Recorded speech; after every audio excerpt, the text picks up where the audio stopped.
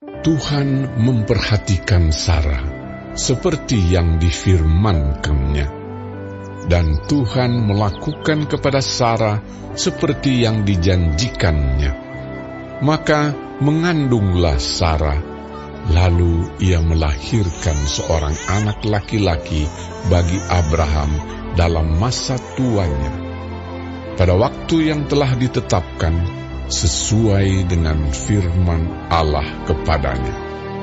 Abraham menamai anaknya yang baru lahir itu Ishak, yang dilahirkan Sarah baginya. Kemudian Abraham menyunat Ishak, anaknya itu, ketika berumur 8 hari, seperti yang diperintahkan Allah kepadanya. Adapun Abraham berumur 100 tahun ketika Ishak, anaknya, lahir baginya. Berkatalah Sarah, Allah telah membuat aku tertawa. Setiap orang yang mendengarnya akan tertawa karena aku. Lagi katanya, siapakah tadinya yang dapat mengatakan kepada Abraham, Sarah menyusui anak? Namun, aku telah melahirkan seorang anak laki-laki baginya pada masa tuanya. Bertambah besarlah anak itu dan ia disapih. Lalu Abraham mengadakan perjamuan besar pada hari Ishak disapih itu. Pada waktu itu Sarah melihat bahwa anak yang dilahirkan Hagar, perempuan Mesir itu bagi Abraham, sedang main dengan Ishak anaknya sendiri. Berkatalah Sarah kepada Abraham, usirlah hamba perempuan itu beserta anaknya, sebab anak hamba ini tidak akan menjadi ahli waris bersama-sama dengan anakku Ishak. Hal ini sangat menyebalkan Abraham oleh karena anaknya itu.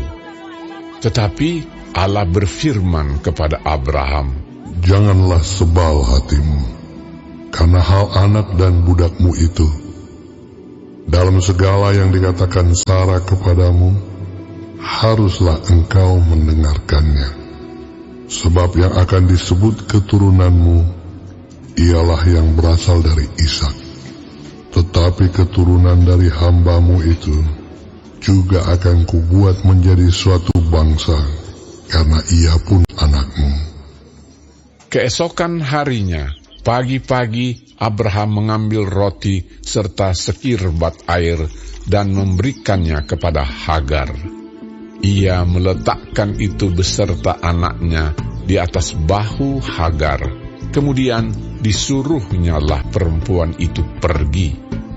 Maka pergilah Hagar dan mengembara di padang gurun Beersheba.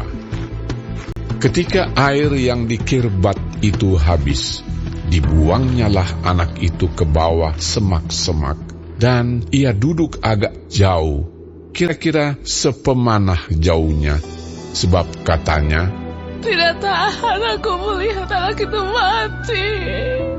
Sedang ia duduk di situ, menangislah ia dengan suara nyaring. Allah mendengar suara anak itu.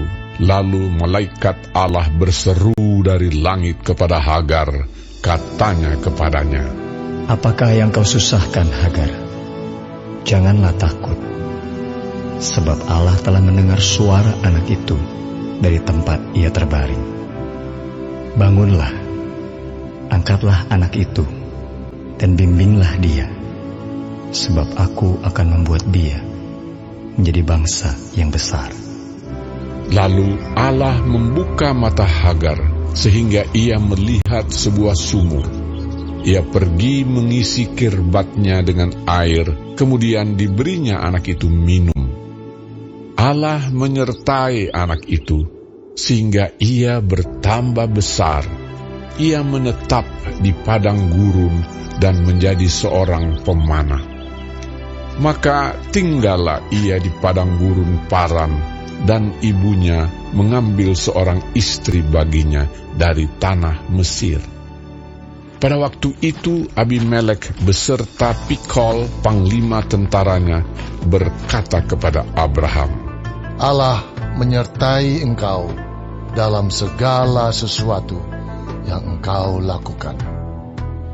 Oleh sebab itu, bersumpahlah kepadaku di sini demi Allah, bahwa engkau tidak akan berlaku curang kepadaku, atau kepada anak-anakku, atau kepada cucu cicitku, sesuai dengan persahabatan yang kulakukan kepadamu. Demikianlah harus engkau berlaku kepadaku dan kepada negeri yang kau tinggali sebagai orang asing. Lalu kata Abraham, Aku bersumpah. tetapi Abraham menyesali Abimelek tentang sebuah sumur yang telah dirampas oleh hamba-hamba Abimelek. Jawab Abimelek, Aku tidak tahu siapa yang melakukan hal itu. Lagi tidak kau beritahukan kepadaku, dan sampai hari ini belum pula ku dengar. Lalu Abraham mengambil domba dan lembu dan memberikan semuanya itu kepada Abimelek. Kemudian kedua orang itu mengadakan perjanjian. Tetapi Abraham memisahkan 7 anak domba betina dari domba-domba itu. Lalu kata Abimelek kepada Abraham, Untuk apakah ke-7 anak domba yang kau pisahkan ini? Jawabnya, Ke-7 anak domba ini harus kau terima dari tanganku untuk menjadi tanda bukti bagiku, bahwa akulah yang menggali sumur ini. sebab itu orang menyebutkan tempat itu Bersheba, karena kedua orang itu telah bersumpah di sana. Setelah mereka mengadakan perjanjian di Bersheba, pulanglah Abimelek beserta Pikhol, panglima tentaranya, ke negeri orang Filistin. Lalu Abraham menanam sebatang pohon tamariska di Bersheba dan memanggil di sana nama Tuhan Allah yang kekal. Dan masih lama Abraham tinggal sebagai orang asing di negeri orang Filistin.